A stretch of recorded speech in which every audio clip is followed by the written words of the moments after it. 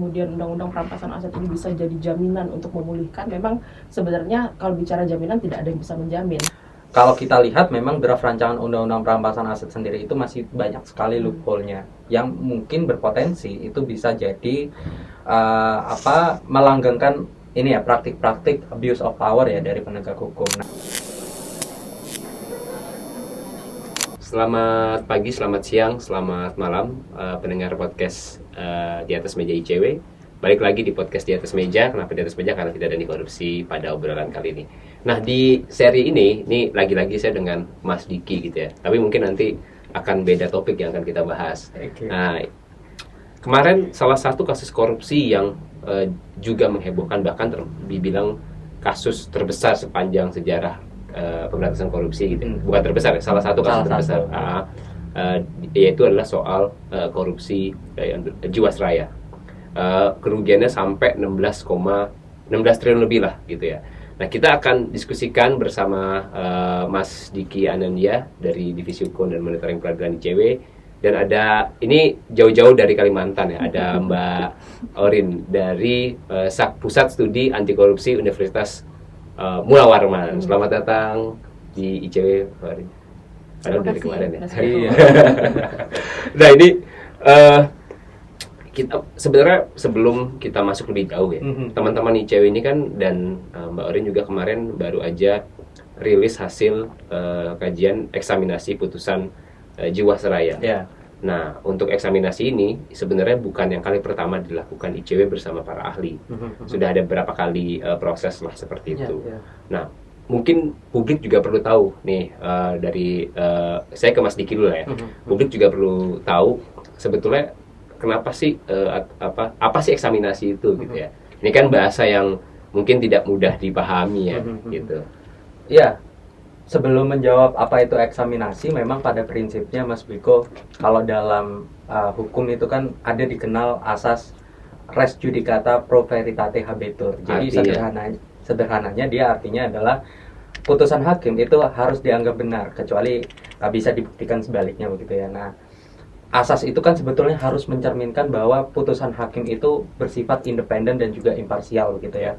Tapi sayangnya kalau kita melihat dalam beberapa putusan, terutama dalam tindak pidana korupsi yang kita amati, itu kan tentu tidak semuanya mencerminkan keadilan, kepastian, dan kemanfaatan dari hukum itu sendiri kan. Maka dari itu perlu dibuka ruang bagi publik untuk kemudian bisa mengkoreksi begitu ya, atau bahkan melihat apa sih kesalahan dalam putusan hakim itu yang tidak sesuai misalnya dengan prosedur hukum acara kah, atau pertimbangannya tadi nggak mencerminkan soal keadilan, sehingga ruang-ruang koreksi itu bagi publik harus dibuka dan perlu dibuka. Memang dalam beberapa tahun terakhir ICW itu banyak mengeluarkan produk eksaminasi begitu ya. Setidaknya 2 tahun terakhir ini selain tadi eksaminasi putusan Jiwasraya yang dikerjakan dengan 7 eksaminator begitu ya, 7 akademisi dari sejumlah pusat studi dan juga sejumlah universitas. Tahun 2021 lalu kami juga luncurkan eksaminasi publik putusan PLTU Riau 1, kasus korupsi PLTU Riau 1. Ya. Iya, jadi memang ada upaya gitu ya dari masyarakat untuk kemudian melihat apa sih kesalahan dari putusan itu yang bisa menjadi mekanisme koreksi untuk perbaikan ke depan. Artinya putusan hakim ini kita diuji publik gitu ya, dilihat lagi gitu ya, apa yang kemudian kurang dan apa yang bisa jadi koreksi ke depan seperti itu. Makanya tadi, dan kenapa ada eksaminasi ya tadi Mas Diki sampaikan gitu ya, bahwa seringkali putusan itu ada semacam hal atau celah yang sebetulnya ini bisa dioptimalkan. Saya sederhananya kayak gitu ya, di kasus apapun itu. Dan kemarin juga yang Jiwasraya, terus kemudian ada juga PLTU Multamang Riau 1. Nah, kalau misalnya gini, tadi kan dibilang ada 7 majelis eksaminator. Artinya berarti proses eksaminasi ini melibatkan para ahli hukum gitu Mas Diki ya? Iya. Iya, itu dari mana aja tuh? Salah satunya dari sini. Iya. Kalau dari Universitas Mula Warman itu ada 2 ya Mbak Orin ya. Selain Mbak Orin itu ada Mas Herdiansyah Hamzah, doktor. Kemudian dari Universitas Pajajaran ada 2 orang juga. Kemudian dari UGM, Universitas Gadjah Mada, Universitas Islam Indonesia, dan juga Universitas Nusa Cendana. Oke, berarti ada 5 5 universitas. universitas gitu ya tadi Ya. di sebelah perguruan tinggi. Nah, saya mau masuk ke kasus Jiwasraya. Ini kan kasus yang disebut sebagai salah satu yang terbesar sepanjang sejarah pemberantasan korupsi. Sebelum mendengarkan apa yang jadi bacaan Mbak Orin dan teman-teman di Saksi Unmul, Mhm.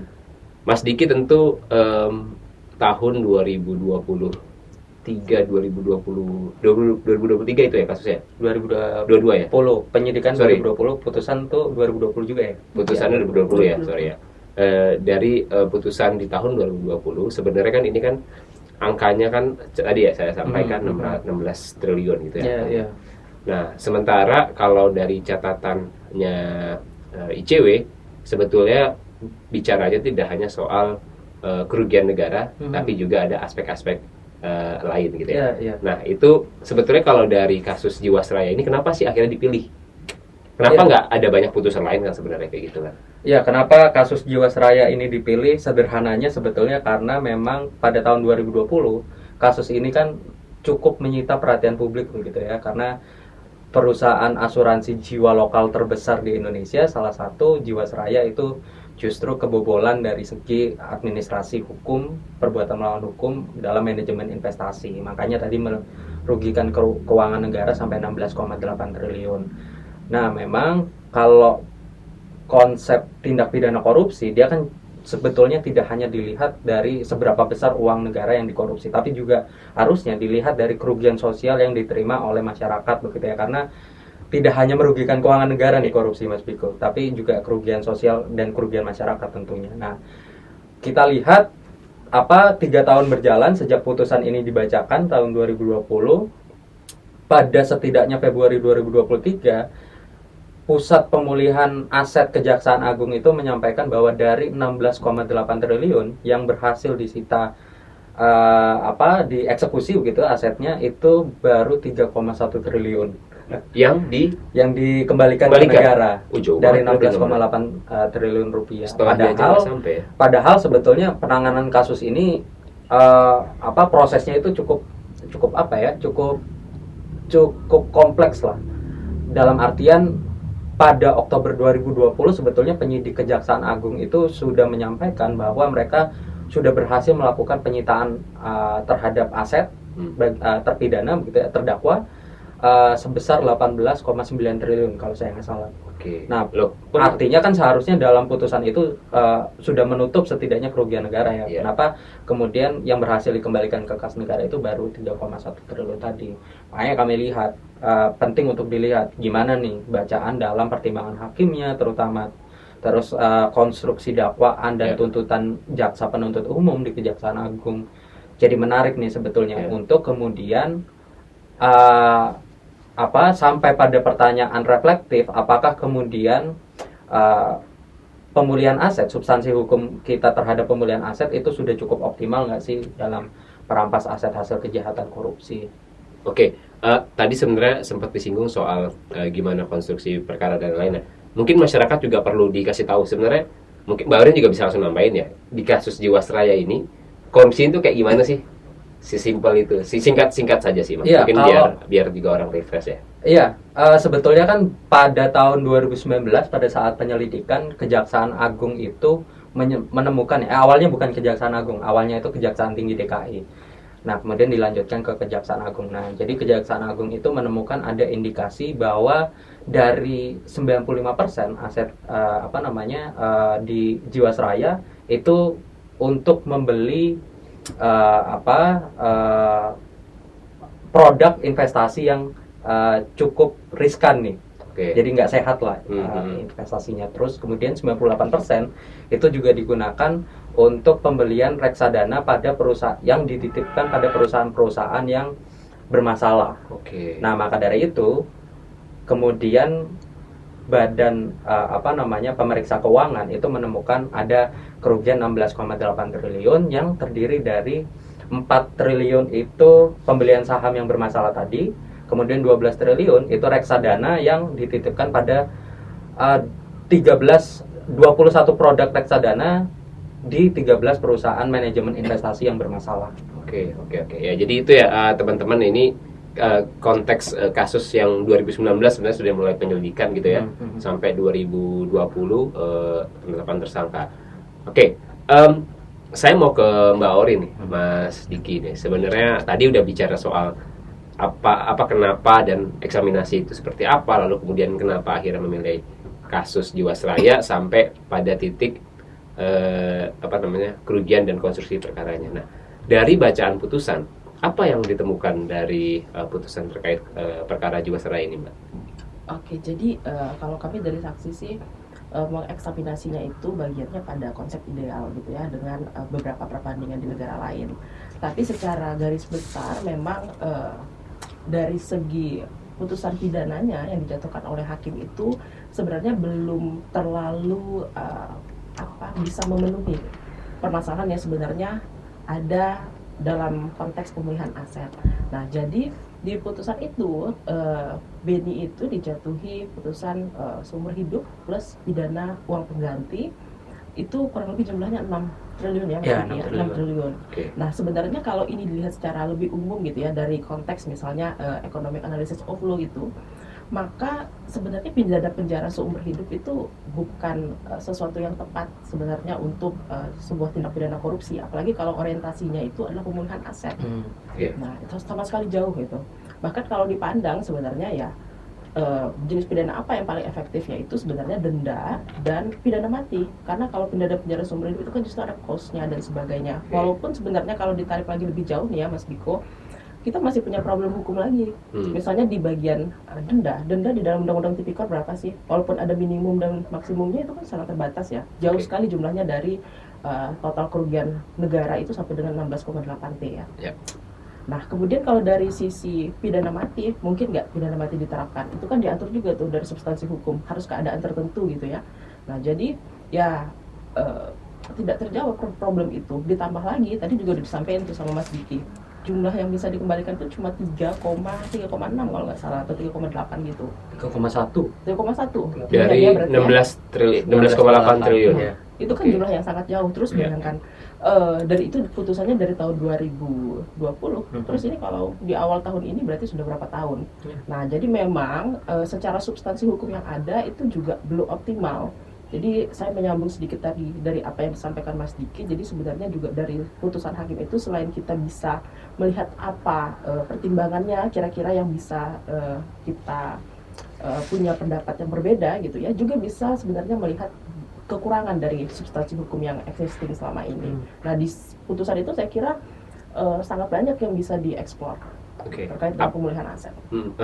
Tadi salah satunya adalah soal pengembalian yang hanya 3,1 triliun dari nilai kerugian 16,8 triliun. Itu kan jauh banget. Tadi Mbak Orin bilang ada kekosongan hukum juga. Ini apakah yang dimaksud ini adalah RUU Perampasan Aset salah satu payung yang sebenarnya bisa mengoptimalkan pemulihan aset?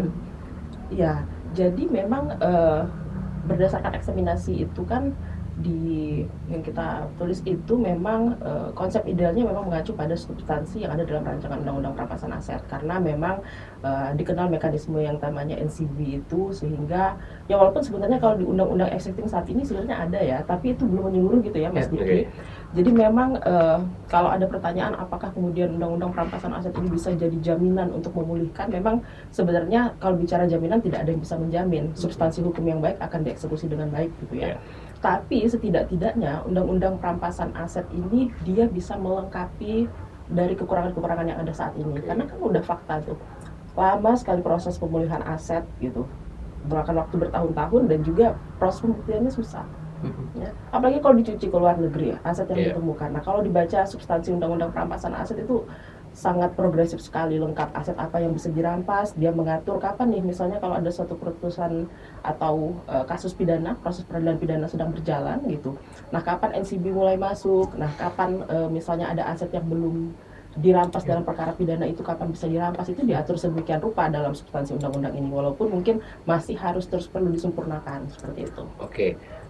Ya, nyambung yang perampasan aset ya. Sebenarnya kan ya Indonesia tadi poinnya adalah ya RU aturannya ada dulu nih. Ya. Sekarang aja sampai sekarang udah berapa tahun ya sejak itu digulirkan dari tahun 2008 apa ya kalau saya tidak salah, itu dari sudah lama lah itu, sampai sekarang juga belum digolkan. Nah, di apa namanya, yang eksaminasi yang dibuat sebenarnya ada tinjauan soal bagaimana mekanisme atau konsep perampasan aset di sejumlah negara. Nah, mungkin bisa nggak sekali lagi dengan bahasa yang sederhana ya, karena kita tidak ada PPT dan lain-lain. Itu contoh perampasan aset yang kalau seandainya regulasinya sudah ada, kita sekali lagi lihat dalam konstruksi ideal ya. Kalau sudah ada regulasinya, itu gimana menerapkannya itu? Oke. Jadi kalau belajar dari beberapa proses NCB di luar negeri itu juga memang sebenarnya ada satu kesamaan. Nah, proses kesamaan itu apa? Dia pada proses pembuktiannya. Jadi ketika diketahui ada aset yang baru diduga sebagai hasil dari tindak pidana, maka itu seketika bisa langsung didakwa. Jadi posisinya adalah negara itu dia berhadapan dengan aset, bukan negara berhadapan dengan orang.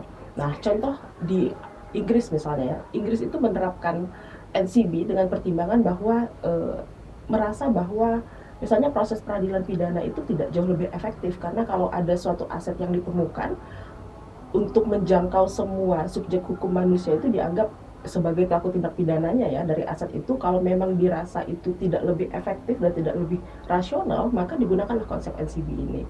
Nah, itu beberapa pengalaman dari Amerika, Inggris, Australia juga yang punya penerapan yang cukup baik. Nah, jadi memang seketika prosesnya aset yang berhadapan dengan negara gitu. Ya, berarti apa namanya yang berhadapan tadi. Nah, aku lupa satu hal yang tadi teman-teman juga mungkin perlu penjelasan. Nah, NCB ini kan non-conviction based ya. Dan mungkin bisa dikasih tahu dulu konteksnya tuh non-conviction based itu apa sih sebenarnya?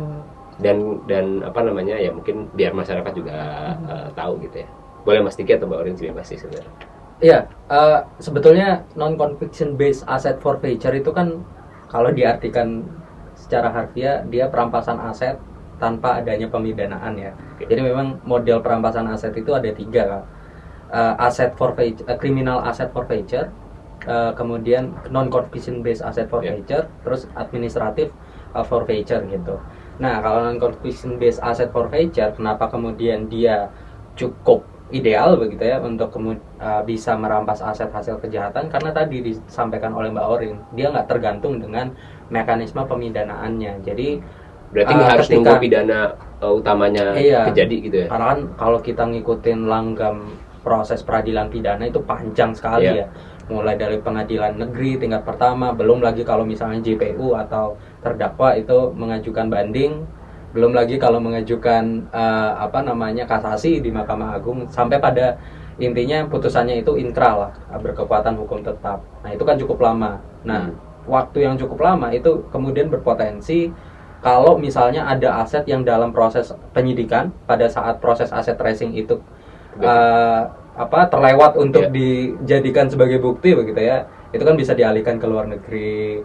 Kemudian dicuci menggunakan mekanisme pasar modal misalnya, yang kemudian itu ya pada akhirnya asetnya nggak bisa terdeteksi gitu. Nah, makanya non-conviction based asset forfeiture ini menawarkan keuntungan dari segi waktu salah satunya. Selain ya itu sih pada prinsipnya soal non-conviction based ya, NCB. Berarti selain RUU perampasan aset ini, selain tadi NCB, lalu kemudian apalagi, apakah misalnya kan di dalam norma hukum kita kan juga sebenarnya di pemberantasan korupsi khususnya ada istilahnya illicit enrichment. Apakah itu akan punya dampak yang dalam tanda kutip saling mendukung gitulah? Misalnya dalam hal ini ada peningkatan harta tidak wajar. Itu dengan regulasi perampasan aset itu berarti bisa akan semakin optimal, bisa dibilang begitu kali ya? Ya nanti Mbak Orin bisa tambahkan ya.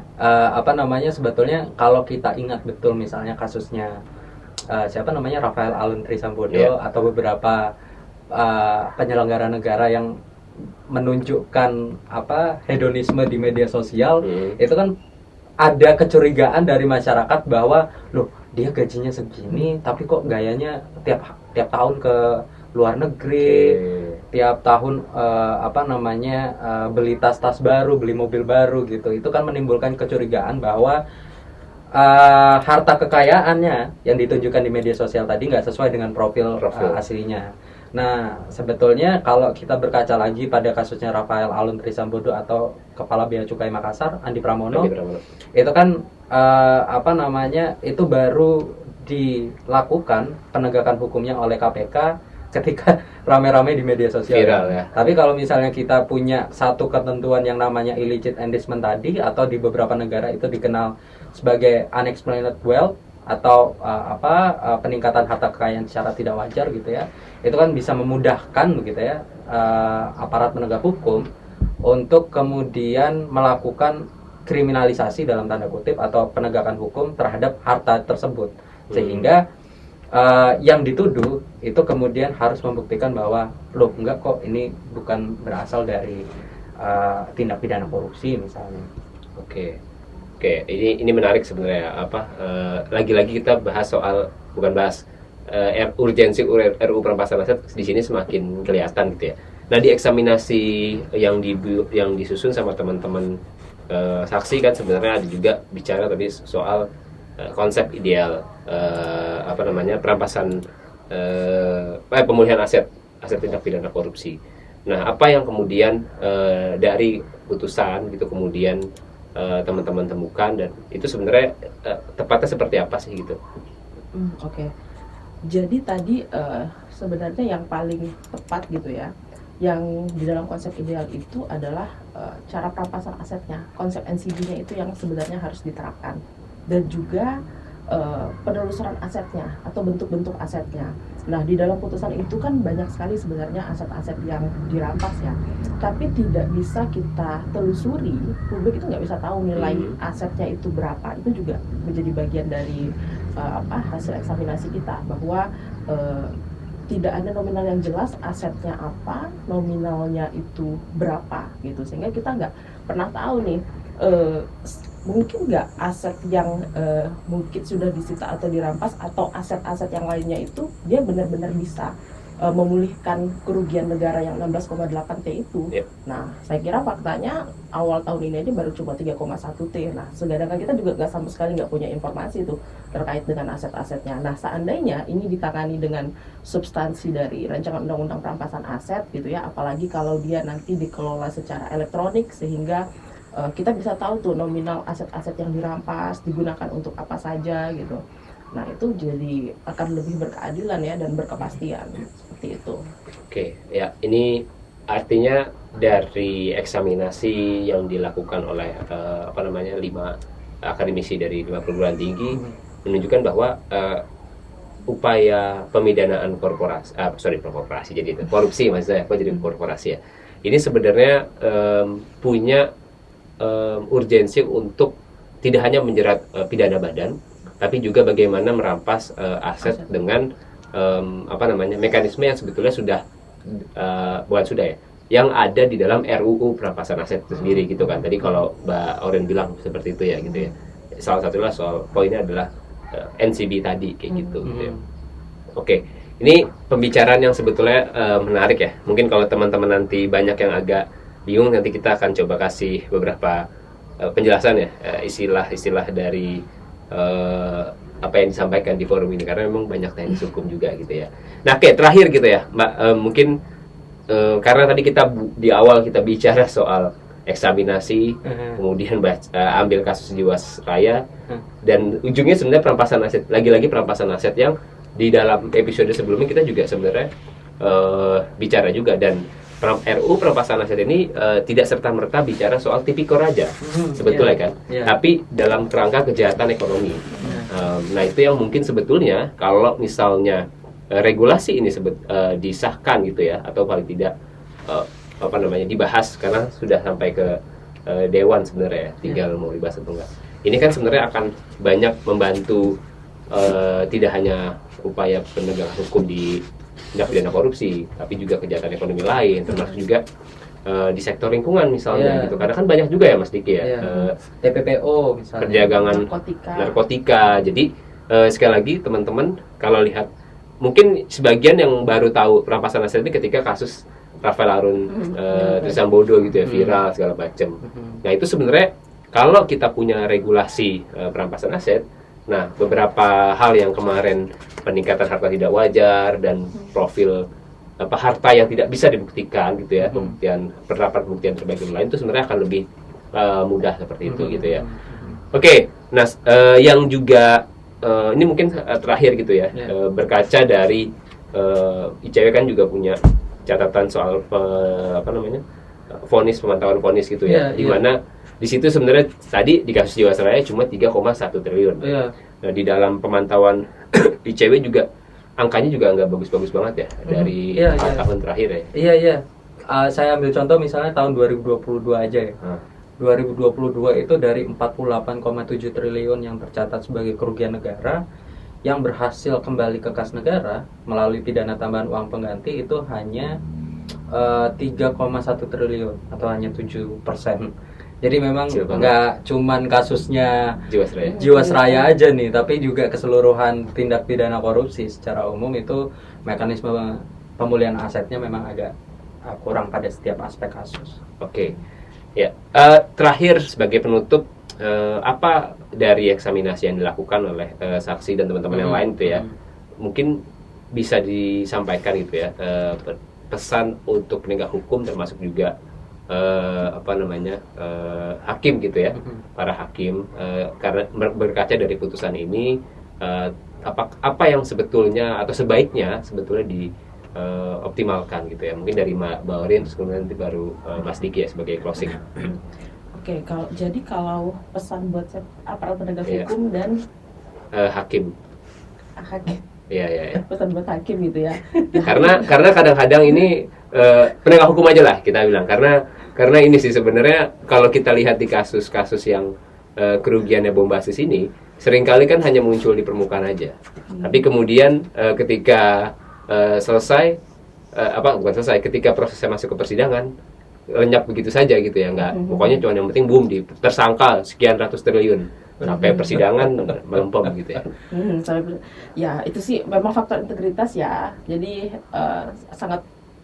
sangat bergantung sekali sama struktur hukum gitu, sama orang-orang yang melaksanakan hukumnya. Mungkin tadi saya mau nyambung sedikit ya dari Mas Diki, kenapa kemudian konsep NCB ini penting, karena kan memang proses pidana itu yang kemudian aset baru bisa dirampas setelah orang dinyatakan bersalah, itu kan problemnya selama ini. Di beberapa negara semua problemnya itu sama, kesulitan dari hampir semua penegak hukum untuk mengaitkan atau membuktikan bahwa aset itu adalah hasil tindak pidana korupsi, termasuk sebenarnya di TPPU itu juga problemnya kan, walaupun sudah diatur di TPPU itu sedemikian rupa bahwa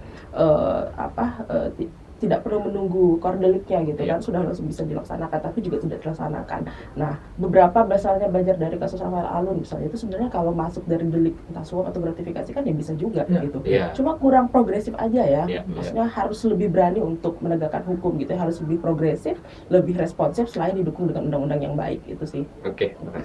Mas Diki, ini bukan penegak hukum ya pesannya, tapi soal dorongan terhadap RUU perampasan aset ini yang sampai sekarang juga sebenarnya mandek ya, berkaca dari eksaminasi yang dilakukan dan sejumlah kasus yang ICW pantau dalam tren vonis tadi ya. Apa pendapatnya? Kalau ini pesannya buat legislatif. Ya, sebetulnya rancangan undang-undang perampasan aset ini kan sudah dicita-citakan itu sejak tahun 2008 ya. Kemudian sejak ada naskah akademik dan draft rancangan undang-undangnya, baru dia masuk di prolegnas tahun 2012. Nah, ada sejumlah perubahan sampai dirubah-rubah terus tuh, draft rancangan undang-undangnya. Sampai pada akhirnya 12 tahun berjalan, tahun 2024 ini belum ada kabar kapan yang akan dibahas nih. Kayaknya memang nggak akan dibahas sih. Memang Mas Biko pada prinsipnya sih yang kami dorong itu bukan segera untuk disahkan, tapi segera untuk dibahas. Karena pada prinsipnya produk legislasi yang baik itu dia bukan diukur seberapa cepat dia disahkan, tapi seberapa berkualitas hasil pembahasannya. Kalau kita lihat memang draft rancangan undang-undang perampasan aset sendiri itu masih banyak sekali loophole-nya yang mungkin berpotensi itu bisa jadi melanggengkan ini ya, praktik-praktik abuse of power ya dari penegak hukum. Nah, itu yang kemudian harus diminimalisir dalam proses pembahasannya. Nah, kalau dari segi pembahasannya sendiri sebetulnya kan tadi ya, selain waktunya udah lama banget nih, udah 12 tahun gitu ya. Tahun 2023 lalu sebetulnya Presiden Jokowi itu sudah memberikan angin segar gitu uh, untuk RUU ini segera dibahas dengan mengirimkan surat presiden ya, pada Mei 2023. Tapi sampai 2024 ini kayaknya memang ya dua sisi sih.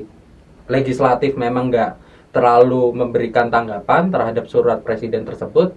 Dari pemerintah juga nggak ada dorongan yang masif begitu. Beda halnya dengan misalnya rancangan undang-undang usulan pemerintah lainnya kayak Omnibus Law. Cepat kalau itu ya. Kalau itu cepat didorong mati-matian. Kalau ini kenapa enggak sih? Bisa jadi kenapa kok agak cherry picking nih pemerintah? Tarik menarik kepentingan jangan-jangan Mas Diki. Bisa jadi.